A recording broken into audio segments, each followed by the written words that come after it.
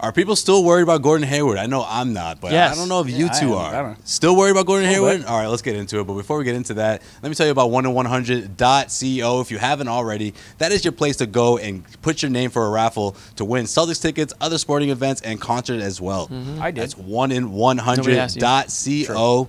It's easy to sign up. It is 1in100.co. If you haven't, do it today. 1 in 100. I am not worried about Gordon Hayward. It's still October. It's still early. Gordon Hayward's not worried about you either. And even if it's in December, I would still not be worried. Why are you two so concerned? Okay, I didn't say I was so concerned, but there was no so. Yeah, there was no so. Fake news alert. A little concerned. I do want to say that until I really see something, I feel like I have reason to be somewhat concerned. I want to see him the way he was before I just assume that he will be. And so far through the preseason games, we've seen little bits and pieces, but we haven't seen him really put it together for an entire stretch. The shot obviously wasn't really falling that much. I don't know if it's mental or if it's physical.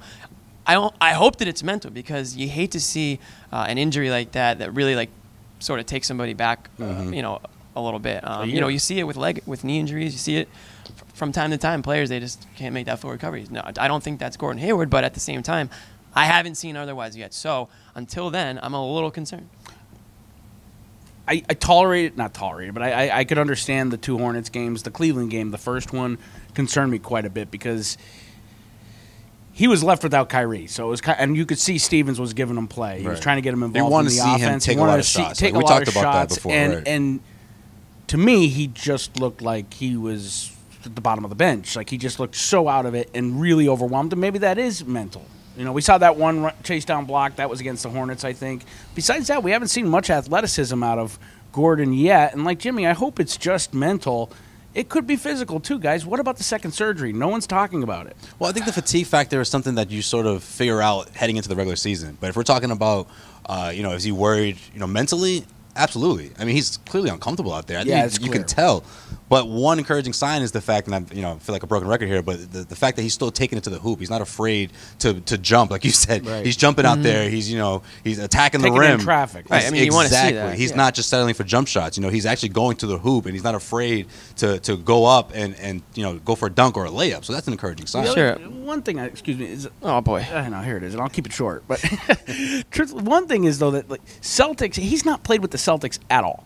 So you have that adjustment factor, too. I mean, he played 4 preseason games last year, and that's it. So there's an adjustment factor there, too, as far as chemistry goes. And certainly he doesn't look to fit in with the flow of, in particular, the offense. Right. Sure. I think there's like a few steps for his recovery. One is he has to make sure that he's good personally and like physically and all that stuff.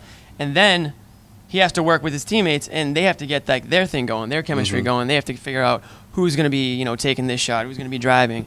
You do see him drive and stuff, but the NBA, like, you just, like, your legs are just so important. I mean, you need to be able to change speeds. You need to be able to pick it up. You can't just go exactly. And like, and you obviously have to have your legs underneath you, for shots. So much of that is with your legs. So I'm like I said, I'm a little bit concerned. I don't think that it's going to be a problem like down the way. I still don't think that, but right now, seeing what I've seen, he's not the Gordon Hayward that the Celtics signed, 2 years ago. Yeah, right. He's not back. Exactly, and don't be too afraid if it gets worse before it gets better. I mean, when the regular season starts, we all know throughout the Eastern Conference, the Celtics are going to have a huge target on their back. That's the other thing. They're putting it on their own back. You're getting the best out of everyone because I mean, let's face it, guys like us, media members, everyone has the Celtics projected to win the East, and there's a lot of teams out there who don't feel the same way. A lot of teams are going to be giving them their best shot every night. Absolutely. Well, that's going to wrap it up for this segment of the Garden Report, powered by 1in100. Head over to 1in100.co and enter your name for a raffle.